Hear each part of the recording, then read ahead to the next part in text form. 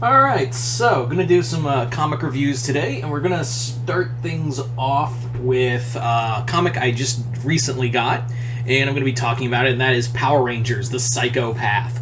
Power Rangers the Psychopath has been out for a while, to be fair, but I've just now managed to get it because, like, no matter where I went in, like, comic shops or whatever, I was like, I can't find this anywhere. I cannot for the life of me find it in any way, shape, or form. It's just like, no matter where I went, I just could not for the life of me find this comic. And I decided, fine, fuck it, I will finally order it when I finally found it in stock. And I was like, yeah, I am going to just sit down and read this comic. Like, that's what I'm going to do. So, what is Power Rangers the Psychopath? So Power Rangers Psychopath was one of the graphic novels that Boom Studios did, like direct graphic novel for different Power Rangers. This was the second one they did, and the first one was Soul of the Dragon, which was a story about Tommy, like an old man Tommy kind of story. And it was the last thing Kyle Higgins did before, moving on from Power Rangers.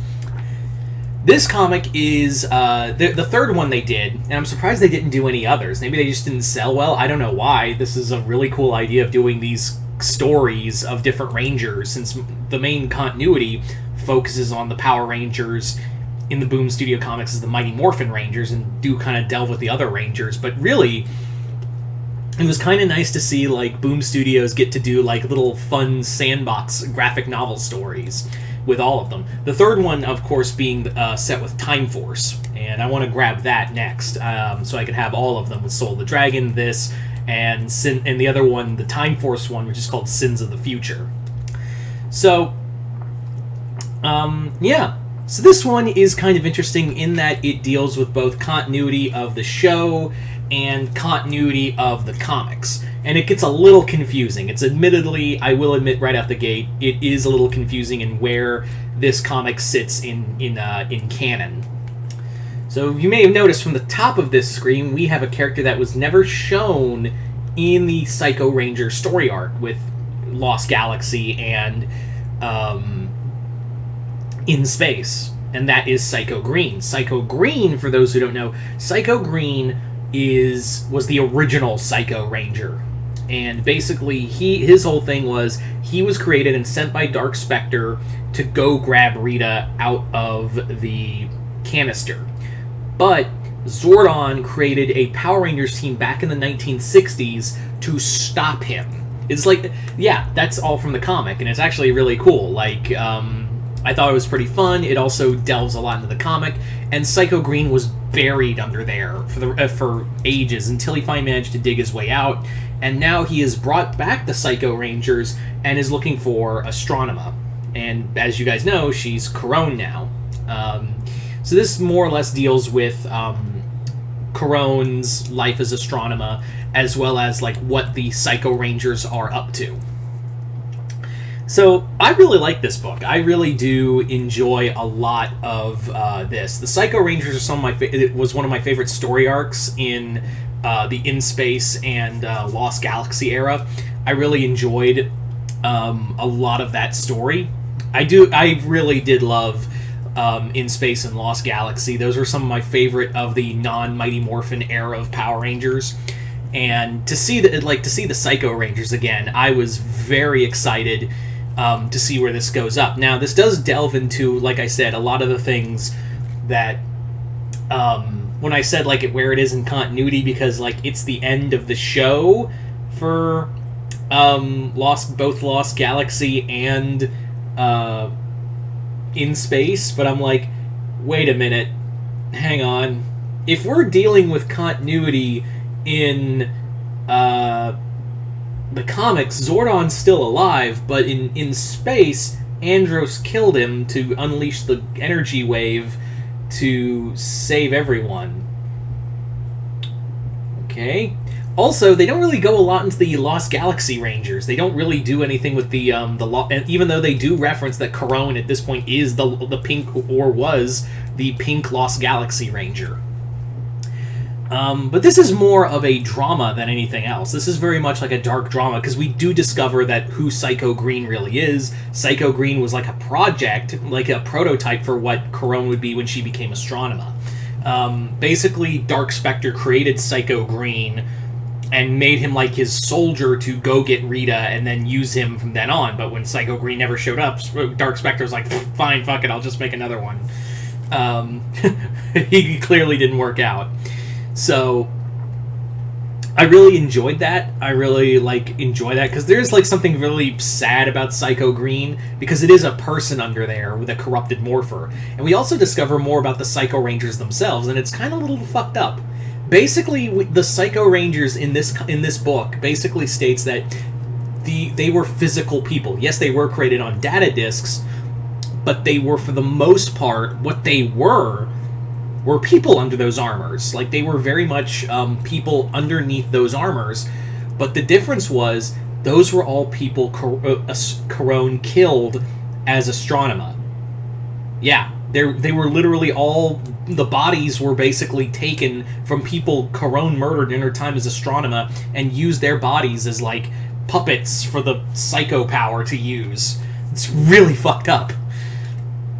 So in this book, we do find more about Corone, who is still kind of grasping with being Astronema in the past, and also learning to use it, revealing that she could still tap into the Astronema's power even without the staff.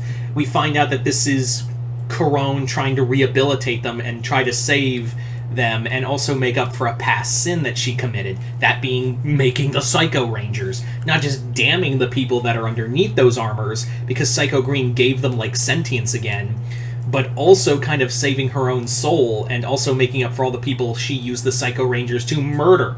Remember, they were responsible for killing the original Pink Lost Galaxy Ranger, if you remember that story.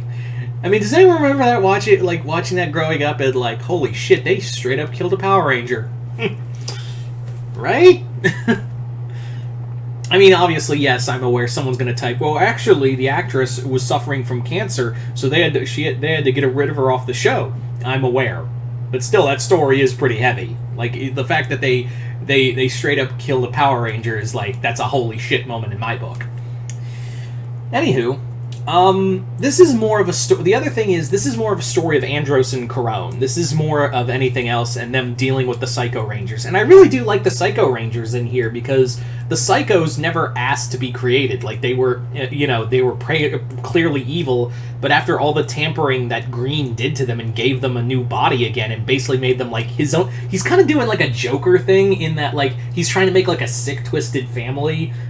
In a way, not in a, well, it's more Carnage. Now that I think, it's more like Carnage, who wants to make a family and come together and all that. So I really do like that, and I really do like that this is a way of Corone trying to make up for past sins that she had committed, and it's a very very heartbreaking story when it really comes down to it. It's a very sad. Also, this ending is a real tragic one. This is really sad. This is a very somber ending, really. It's not oh, we're all cool here, we're all happy. No, it's not. It's very much a you feel bad at the end. But it does end on a bittersweet note, but on the most part, it really does feel like the ending was oof, there's no way they could do this in the show. And while this is a Power Rangers story, like I said, it does focus more on Andros and Corone. The rest of the Rangers just kind of feel in the backdrop, which, to be fair, they did kind of become part of the... sadly, to be fair, they did become part of the backdrop towards the end of In Space. So, what can you do? Anyway, do I recommend Power Rangers the Psychopath? I will say this. If you loved Power Rangers in Space and Lost Galaxy and just Power Rangers in general, yeah, pick this up. I will say, the continuity, at least for me, was a little weird. I know someone in the comments is gonna explain it better. But yeah. Also, don't say oh well, the Boom Studio comics are set in the past. No, they're a different continuity, because frickin' Zordon got killed by the Eltarans in the Eltarian invasion of Earth. So don't come at me with that.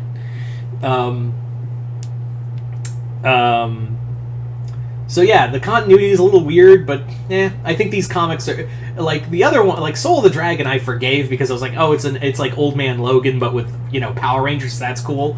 But this, I was like, all right, this is continuity kind of whack. But I think it's very much still a solid story. So I would say to pick this up. Anyway. So there you go, guys. You guys tell me in the comments below, what did you guys think of Power Rangers the Psychopath? Did you guys like it, hate it? Comment below, let me know. Other than that, I'm Mr. Multiverse. I'll see you next time.